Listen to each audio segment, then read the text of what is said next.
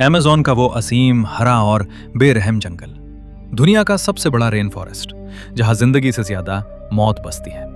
इस घने जंगल के बीच एक 17 साल की लड़की जूलियन कोप के कीचड़ में सनी आधी बेहोशी की हालत में पड़ी थी।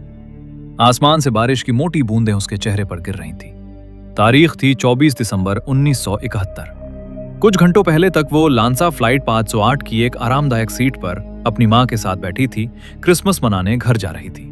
और फिर बादलों के बीच एक भयानक तूफान, एक कान फाड़ देने वाली बिजली की कड़क और विमान के टुकड़े टुकड़े हो गए। 10,000 फीट की ऊंचाई यानी लगभग 2 मील ऊपर आसमान से जूलियन अपनी सीट से बंधी हुई सीधे उस खौफनाक जंगल में गिरी थी। हवा का वो चीरता हुआ शोर और फिर एक गहरा डरावना सन्नाटा। जब उसकी आंखें खुली तो उसे कुछ समझ नहीं आया। उसका एक कॉलर बोन टूट चुका था, दाईं आंख पूरी तरह सूजकर बंद हो गई थी और पैरों में गहरे घाव थे। उसने कराहते हुए सिर उठाया। मां।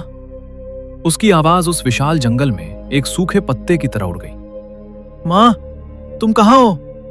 कोई जवाब नहीं, सिर्फ कीड़ों की भिनभिनाहट और दूर किसी जंगली जानवर की डरावनी आवाज। एक भयानक जमा देने वाला खौफ उसके सीने में उतर गया। वो समझ गई कि वो पूरी तरह अकेली है। उस भयानक ऊंचाई से गिरने के बाद भी वो जिंदा थी।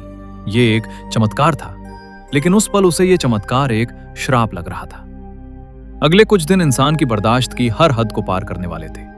उसके पास ना तो कोई हथियार था, ना कोई नक्शा और ना ही खाना।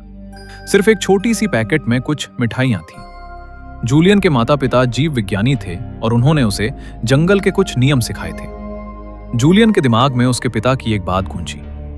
अगर तुम कभी जंगल में खो जाओ तो पानी की एक धारा ढूंढो। धारा नदी से मिलेगी और नदी तुम्हें इंसानों तक ले जाएगी। उसने चलना शुरू किया, या यूं कहें कि खुद को घसीटना शुरू किया।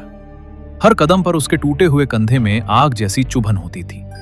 जंगल की उमस भरी गर्मी उसका खून चूस रही थी। दिन में जहरीले सांप और मकड़ियां रास्ता रोकते और रात का अंधेरा इतना गाढ़ा होता कि हाथ को हाथ दिखाई ना दे।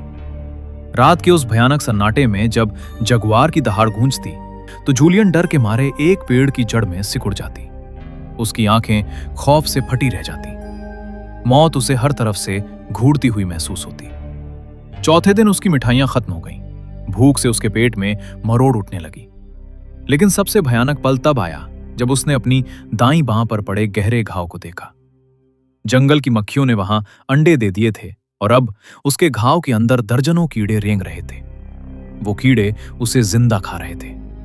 उस पल जूलियन के अंदर का खौफ एक भीषण चीर देने वाले गुस्से में बदल गया। नहीं! वो चीखी।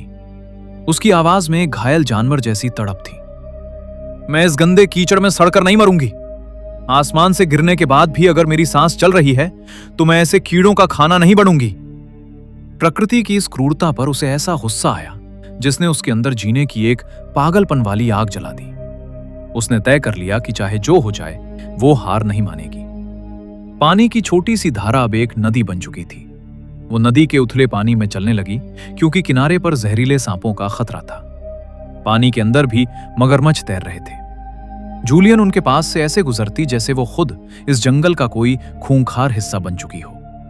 अब उसके अंदर डर की जगह एक ठंडी, सुन्न कर देने वाली जिद ने ले ली थी। 10वां दिन। जूलियन का शरीर पूरी तरह जवाब दे चुका था। उसका वजन आधा रह गया था। उसकी त्वचा धूप और कीड़ों के काटने से सूजकर भयानक हो गई थी। हर कदम उठाने पर उसे लगता कि अब वो गिर जाएगी और कभी नहीं उठ पाएगी। उसकी आंखों के सामने अंधेरा छाने लगा था। उम्मीद की वो आखिरी डोर जो उसने पकड़ रखी थी अब टूटने लगी थी। शायद यही अंत है, उसके सुन्न दिमाग ने सोचा। तभी उसकी धुंधली होती नजरों ने कुछ देखा। नदी के किनारे एक छोटी सी नाव बंधी थी। उसे लगा वो कोई सपना देख रही है। भूख और थकान से उसका दिमाग उसके साथ खेल रहा है। वो लड़खड़ाते हुए नाव की तरफ बढ़ी। उसने नाव की लकड़ी को छुआ। वो असली थी। उसका दिल पसलियों को तोड़कर बाहर आने को धड़कने लगा। नाव के पास ही जंगल के अंदर लकड़हारों की एक छोटी सी झोपड़ी थी। झोपड़ी खाली थी, लेकिन वहां एक टिन के डिब्बे में थोड़ा सा गैसोलीन रखा था। जूलियन को अपने पिता की एक और बात याद आई। 10,000 फीट की ऊंचाई से गिरने और दुनिया के सबसे खतरनाक जंगल में 11 दिन तक मौत से लड़ने के बाद 17 साल की जूलियन कोपके ने साबित कर दिया था कि इंसान के अंदर जीने की उम्मीद दुनिया के किसी भी खौफनाक जंगल से कहीं ज्यादा बड़ी और गहरी होती है।